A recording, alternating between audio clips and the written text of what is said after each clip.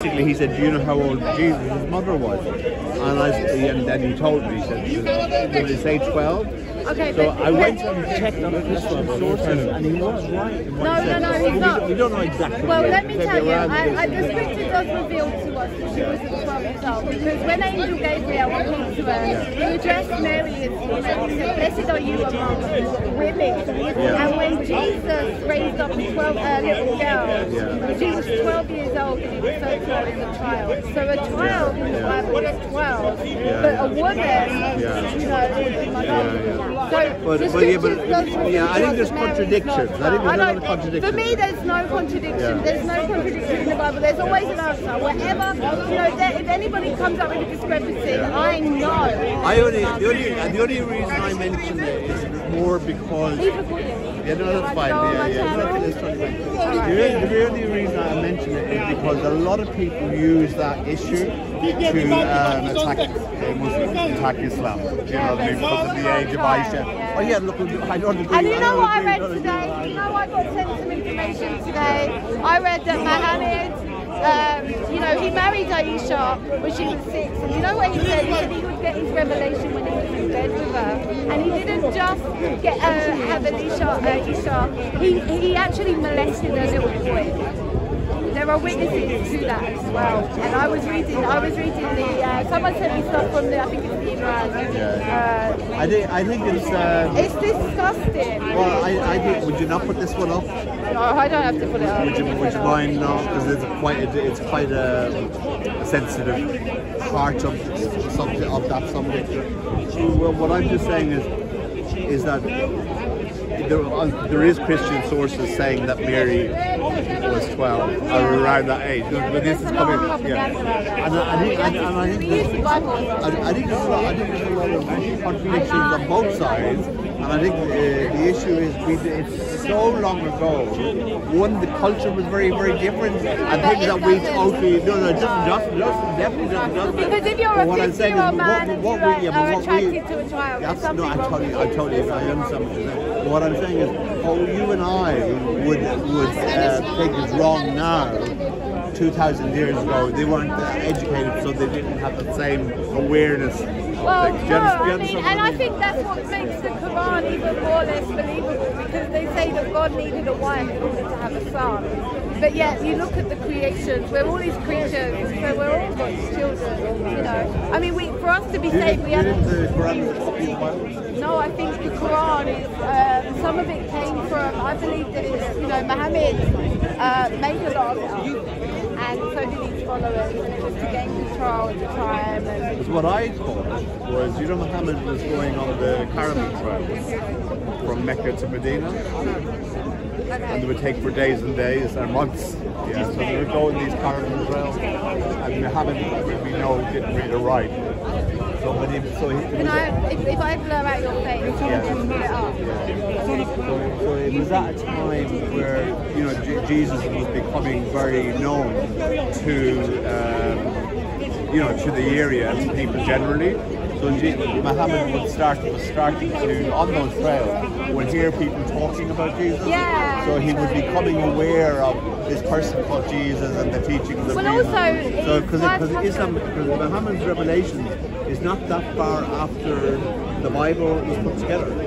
You do realize that, don't you? Well, no, 600 years. So yeah, but the Bible was put together 500 years after Jesus. No, I would say it was 300. It was the Icene Council. It wasn't put together. The scripts were already. The scripts were written, but they selected certain scriptures were selected, and certain scriptures. You know, there was a book they believe according to Mary Magdalene, and another book. They were written, because the thing is, the texts that we have, like we have the epistles of Paul, and we have the Gospels and everything else. If you look at the dates that they were written, it was around 30 to 70 AD. Yeah. And so, you know, we have texts really, really close to when Jesus was on the earth. And we also have obviously, eyewitness accounts. For example, we have eyewitness accounts that John wrote the Gospel of John. We have Polycarp, who was a disciple of John. I'm not disputing the text itself, but what I'm saying is the actual Bible. When they got together, because this is one of the Catholics' arguments, when they got together to decide on what books they were going to put into the canon, it was decided based on the fact that these books were already established in the early Christian church, and they were already established and authentic. And so they just had a few discussions over some of them. But you know, it wasn't there was the Pope of Rome that was overseeing, like we see the Pope of the Rome today. But the Catholic Church will say they gave us the Bible, but there was a bishop, an overseer, because you can translate it in the Greek, bishop or overseer, I prefer to use overseer. But overseer in Rome, there was an overseer in Ephesus and Corinth and Smyrna and all these other places. And what they all did is they all got together to have discussion. There was it was a big, universal bishop. Yeah, it wasn't the Catholic Church. And the word Catholic means universal. So, you know, there weren't no universal bishop at the time when they decided on the book. That came about in, I think it was the 5th century, and also... So the point of it there is when you say it's the 5th century, and then Islam came in the 6th century. In the 6th century. So there's only that 100-year difference. Well, that was when the Catholic took the universal bishop to office, and then Islam came from that. But that's why I had question marks over Islam and the Quran. That timing. Yeah, but there are links. Muhammad would have been hearing about Jesus and what's going on. And so, that sounds like a good gig. You know what I mean? And I'll get in on this as well. And also, you know, people lie about God all the time. You always hear people say, oh, I went to heaven, or I had a dream, or I had a vision. And they don't have no fear of God. They just speak from their imagination without any fear of God whatsoever. And so, you know, and I have no doubt that Muhammad was the same as well. You know, and to say that, you know, but what's sad is the way in which these people believe them. Because to say that he got his inspiration from a 6-year-old laying in bed with a 6-year-old, you know, and that's when God would give him revelation, right? What does that say? If that was true, that would really be monstrous, and that's awful. It's an awful thing to say. I think what we can agree is they're very different. Jesus and Muhammad are very different. No, well, Jesus referred to a 12-year-old girl as a child and raised her from the dead. That's how we know Mary was a child, because when the angel Gabriel appeared to her, he said, "Blessed art thou among women," and you know, and so he refers to her as a woman, and Jesus, God in the flesh, came, and the angel Gabriel came from Jesus, so he was sent, one of his angels, and Jesus made sure, like he said, I say to you, rise little girl. He refers to her as a little child. And so Jesus distinguished the age, you know, from maturity, from a 12-year-old child. But on that point, you know, when you say Jesus said rise little girl, who wrote that book? Is that a gospel? Yeah, right. So we have to just be aware that it is possible we're listening to somebody's interpretation of what they're saying that they heard Jesus say. Well, not really, because you have, like I said, the eyewitness accounts of the apostles were the ones that wrote the Gospels. Like Mark's Gospel was written as soon as, and Mark was, you know, he was either very close to Peter or he was and in the epistle of Peter, he refers to his son Mark. So he was either a disciple of Peter and therefore was hearing from Peter when he wrote his gospel, or he was his actual son and therefore eyewitnessed the events that happened. And then obviously Luke was, you know, he was a doctor and he worked alongside Paul, and so he would have known all the apostles as well when he wrote his gospel, when he wrote Acts.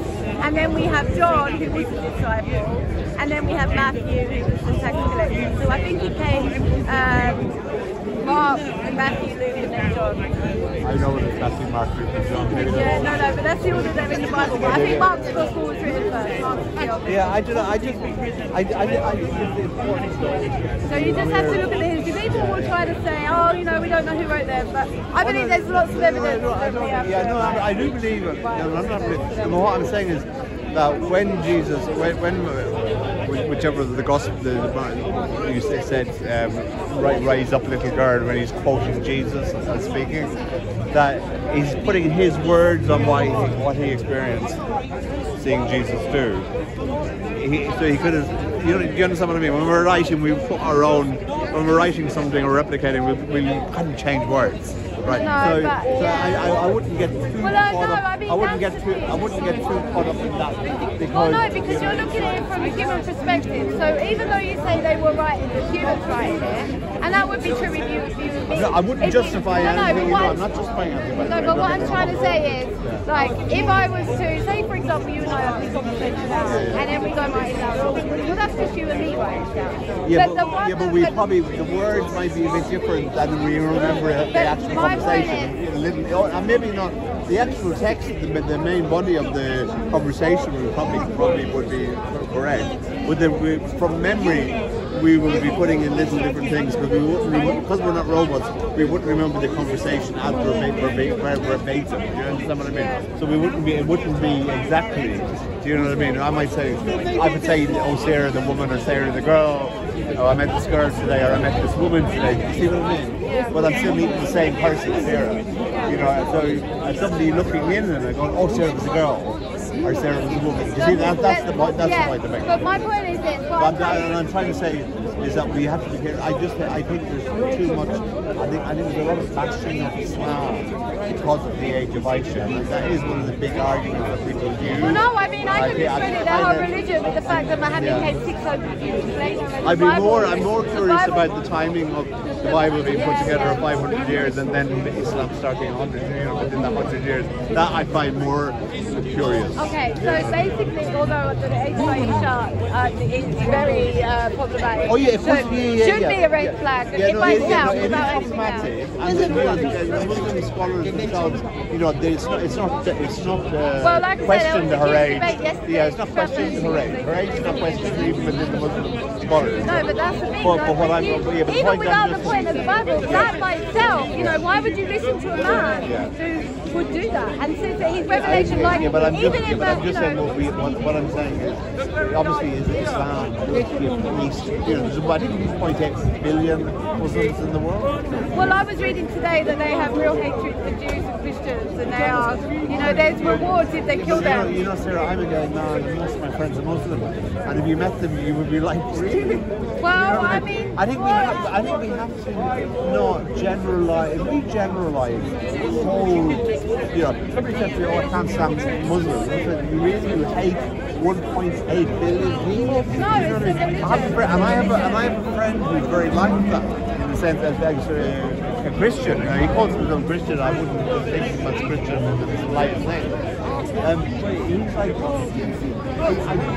I think when we generalize, we lose the ability to see people as individuals. Well, the thing is, I think it's not about. Do you believe most people, whether they're Christian, Muslim, or any other religion, do you believe most people are inherently good for the most part? No. Really? No.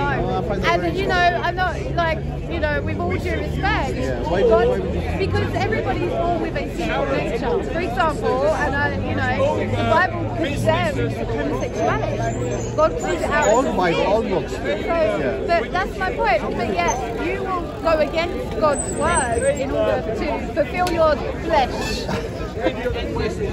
So, despite on the God and the judgment of God. Well, I don't believe I will. But you will. Okay, but if there is no homosexuality, for example, on that argument, if there wasn't gay people in the world. No, I was using you as an example. Okay. There's still a lot of other a condemnation on just you. Because there are other sins as well. So it wasn't just calling out your sins. It's calling out others. Yeah, but what I was going to say was that if there wasn't gay people in the world, can you imagine the size of the population of the world? No, it's not about that. No, but I'm just asking you. Well, they would all be straight. They would population the same, and they would all be how would it be the same? Well, they would Population, all be straight. there'd be billions of more people on the planet. marriage between a man and a woman. But I'm just saying, do you recognise that if there was no gay people in the world, everybody's heterosexual, that the population of the world would be billions times bigger, billions times more. As a basic logical mathematics. No, you're assuming that all those people would go on to have children, but God, the first commandment. If I'm not, that's about logic. The first commandment in the Bible was to be fruitful and multiply. So if it was true that all the people in the world were heterosexual, let me answer. If it was true that all the people in the world were heterosexual and they went and populated the earth, God, who is creator and gave us the creation in order for us to inhabit, He was then make provisions for the population to be. But what about if we didn't have gay people? What kind of fashion would we have? What about our fashion? What about what's going to happen to you on the day of your judgment? What about our music? What about your judgment? What about our music? About all our creativity and drama and everything that we have? I don't care about this world. This world is temporal. I care about sin and I care about where you're going to spend your time. Right, okay, sorry, when you say you don't care about this world, do you believe you're not supposed to enjoy being? No, I mean the world is temporal and my concern is we are temporal beings in the physical body here, but do you not believe that we're here and to have to experience and have fun and to enjoy being here? Is it supposed to be just a school? No, that's not what I'm saying. My point is, when Jesus saved me, He took me out of the world. I see my joy in Him, in getting to know Him. I see my pleasure in Him. I've lived in the world. I was, like I said, before I got born again, I was 35. In that 35 years, I did a lot of things, but at the same time, having done that, having lived a life of sin and rebellion towards God, did you have a life of sin? Of course, I did things when I was young that I was really ashamed of. Okay, you want to share them? So I would drink, I would go out with my friends, I would get drunk. So you had another personality. Oh yes, I was dead in my fear. And then, I did all of that. And my point is this. You see, I can stand there in front of you and say, I've also had a history and a past, and I'm now in a very, very different place. And I haven't drank for 20 years. But I also have found something within me that has stopped me having that need to hide away behind. Because that's what it is, isn't it? We're hiding, our feelings and whatever through alcohol, etc. And I don't feel that need anymore. Yeah, no, I wouldn't do that either. The last time I drank anything, because I did a few times, but after he said me in the first year, because it was very new, my second engagement was very new. But the last time I had drank was in 2018. I had one glass of wine, and I've not drank. Did you ever have a problem with alcohol? No, I didn't. I had a major issue. No, well, I did it for socialising, but then it was Jesus that showed me that obviously it was wrong to be going out and getting drunk and things like that, and so I stopped doing that. As part of my sanctification, I stopped doing that, and so I lost friends who would go out and get drunk, and I was like, no, I'm not doing that because I wanted Jesus. I didn't want the world. I wanted Jesus. The main point I make is that they got a very large population of the world. Hold on, but let me just finish the point. You said that somebody said that and you said that they're not looking at the people, individually.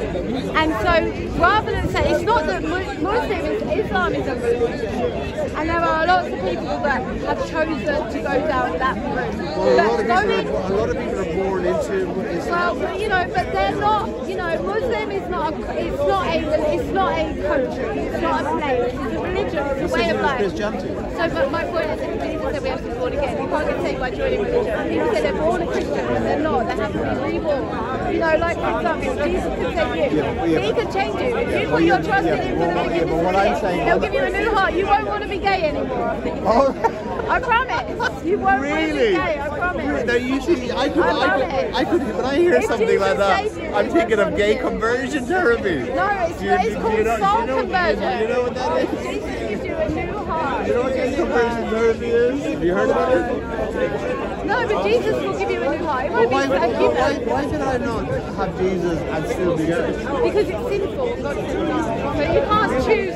You know, it's about coming to the end of yourself. It's about realising that you are on the wrong path. It's about knowing, you know, this is not the way I want to go in. Sarah, you made a lot of assumptions there.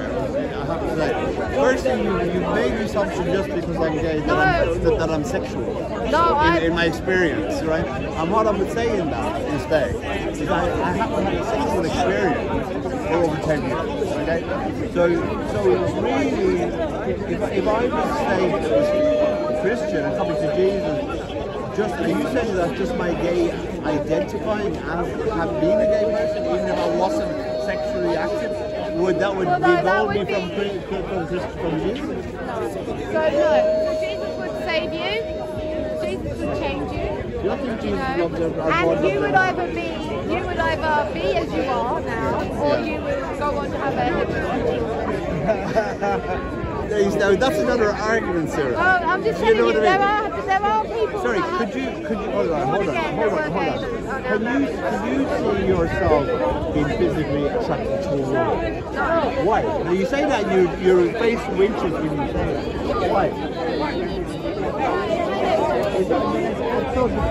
I couldn't see myself being attracted to a woman because it's not in my nature. That's what I'm telling you. Yeah, if it's not in your nature, and it's God that put it in your nature. No.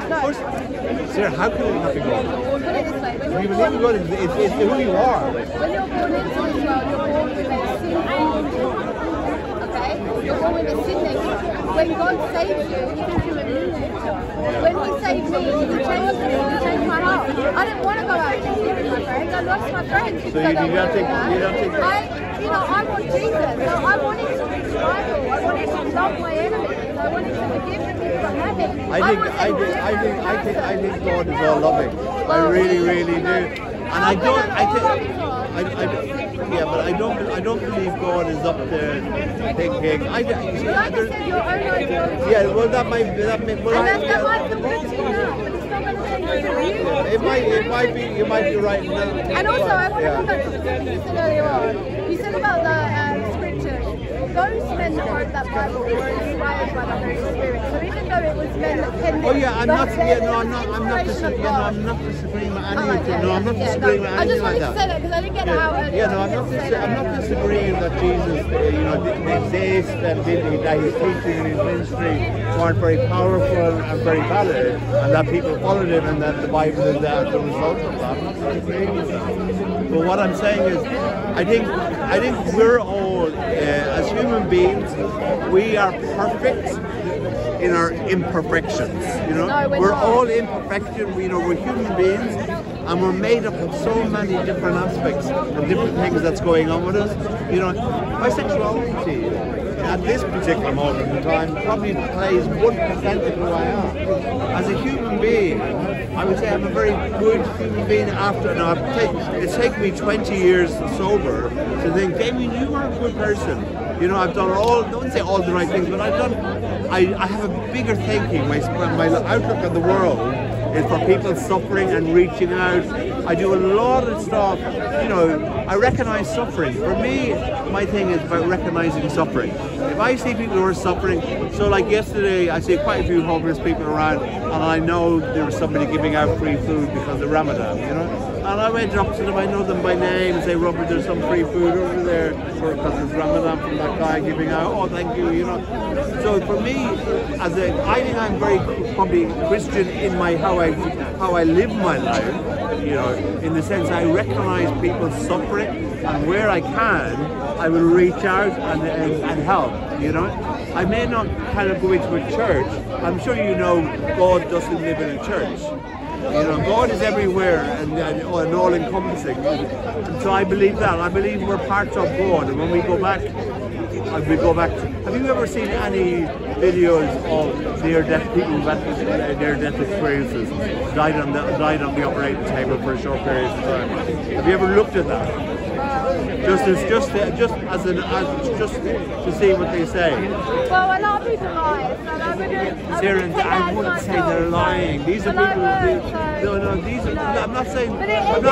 Sorry, hold on a second. I'm not saying what they're saying is the truth in the sense of that's what really happened, but that's how they understood what happened. So what I'm saying is, when you have people talking about, and there's all these common factors, where they've died on they've been in an accident, they've had a heart attack, and they've died for a very short period of time, and they all talk about going to a tunnel and then quickly through a light and then going out into this. But I'm only asking you, have you seen? So you wouldn't even look to see what people are actually saying. That's no, because I look for what the Bible says. And what the Bible says is that, while you might be a good person in a worldly sense, when it comes to the perfection that God has provided, every single one of us is perfect. No, absolutely. So is rape, so is lying. Jesus said if you hate in your heart, that's murder. And you look at love, that's adultery. There are, the world is full of issues. And how can God judge the world based on what they do? Do you think God has an ego? But no, he is a good God. But you think he's got an ego? Because a lot of the things you're saying is that they're very egotistic qualities of what's expected of us. No, I think you would agree that rape is wrong. Of course, anything. And you would agree that murder I would agree murder is wrong, but there are times where murder is acceptable. Well, in a self-defense, if somebody murders somebody to defend themselves, we've seen those cases. We can't say 90% of the time murder is wrong, but there are times where murder is acceptable in a situation, as self-defense. If a woman is just walking along the street and a man comes up and goes to kill her from nowhere, and she defends herself and kills him, would that be classed as murder? Would it be classed as manslaughter? So is manslaughter wrong? Well, because that's what the court would look at that as manslaughter. I think it's very important. Murder is premeditated. Murder means Jesus said if you hate in your heart, that's the sin. I agree with that. When people say I hate this or I hate that, I say the only person hurting from hate is you. Right. Yeah. So my point I totally agree with that. So it's not about God being egotistical, it's about God being good. Like, for example, we can agree that Muhammad. I think God is all loving. We can agree that Muhammad is, Muhammad was wrong. I think. What? Yeah, but what I'm saying to you is, it was wrong. Child marriage was wrong. What I'm trying to say to you is, we can't. Jesus said, "Let you who's without sin cast."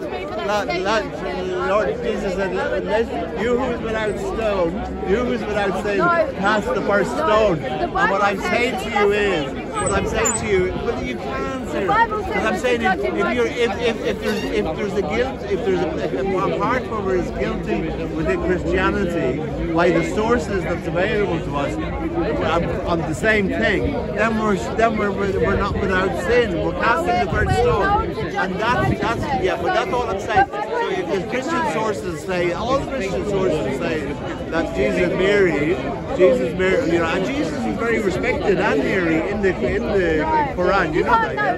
So I know what I know now. I as an adult living in 2024, as a 58-year-old man, probably older than you, I can know that anything sexual with a child is wrong. I know that as a human being, as a spiritual being. I know that, right? But what I'm trying to say is, we can't attack Islam on that particular thing. If Jesus is a thing or something that was 2,000 years old.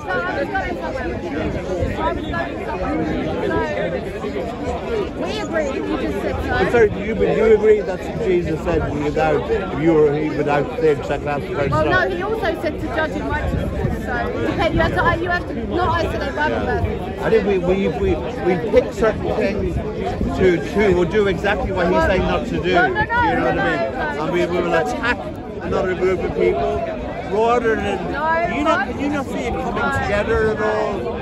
I think it's the most loving thing you could do is to call out behaviour that is sinful in the hope that they will come to repentance and be saved.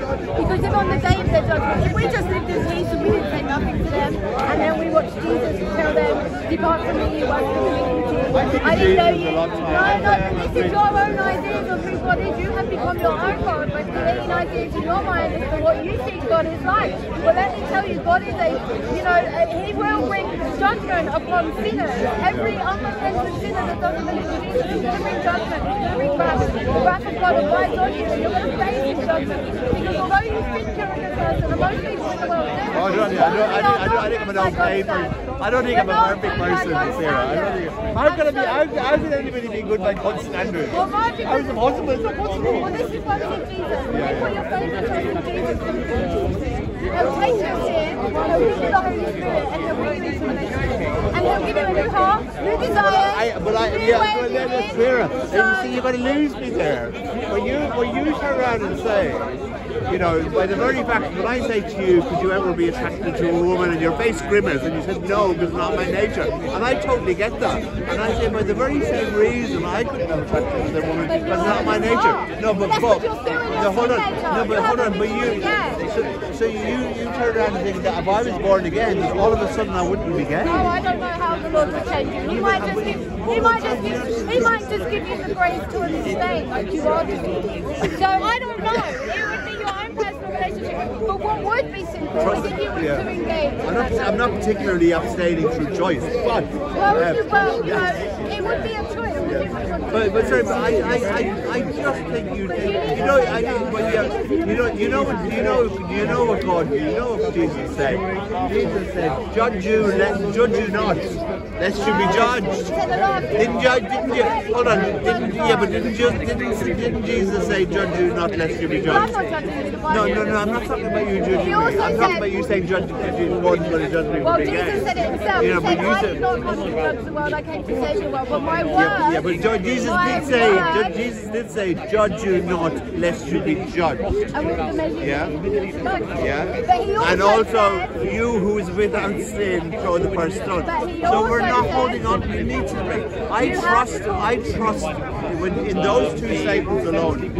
I trust in that I will be judged fairly. Fairly, I'll be judged. Well, you still will be judged, listen, but I'll be judged fairly. Yeah, God is the right to judge. I agree. Judge is fairly. But you're still going to be classified as guilty. You're a homosexual in the Bible. You would have told lies. You know, I don't say this enough. I told you I won't. Oh, you're a homosexual. What a contemporary there. I'm enjoying this now. I'm sorry. I'm not trying to condemn you. I want you to be saved. No, I want to see you in heaven. Yeah, but I want to see you soul in paradise. This world is so temporal, it's going to pass away. Yeah, I believe Without Jesus, that. we have no hope. I want to see you in paradise. I don't want to see you go to hell. And it's the same with those girls, and it's the same with people. I war for them. I war for their souls, and I do it in a way that sometimes it comes too much. I know, I told you, I'm fine with you. I'm totally fine with you.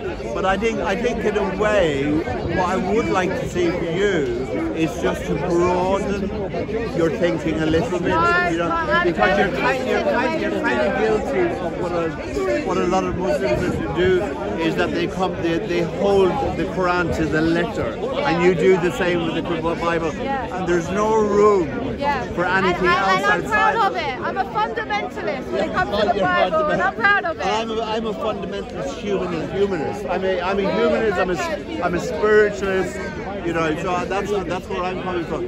I believe in the humanity and the soul of all people. Okay, but what I believe, and my feelings are valid for myself. You know what I believe.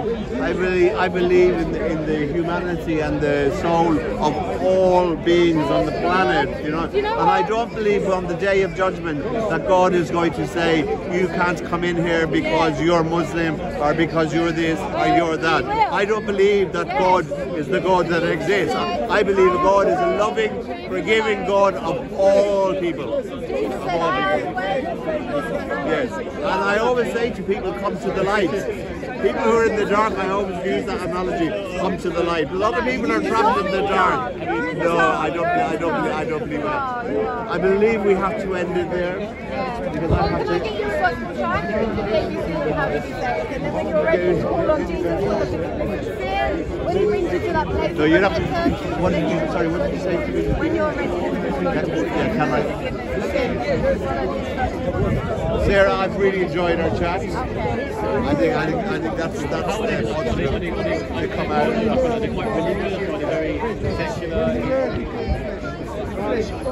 What is it? It just gives you the ABC on how to be saved. Admit you're a sinner, always believe Jesus is Lord, yes, follow him, and then you will. Come to that repentance that you cry on it and say you're a sinner and admit you've got no hope apart from Jesus. It doesn't matter whether you think God is God or You don't have to blur my face out, by the way, you can use it. Oh, okay. I appreciate that. Thank you. When are you going to put that up? Probably tomorrow. Okay. Are you apologetics? Yeah, well,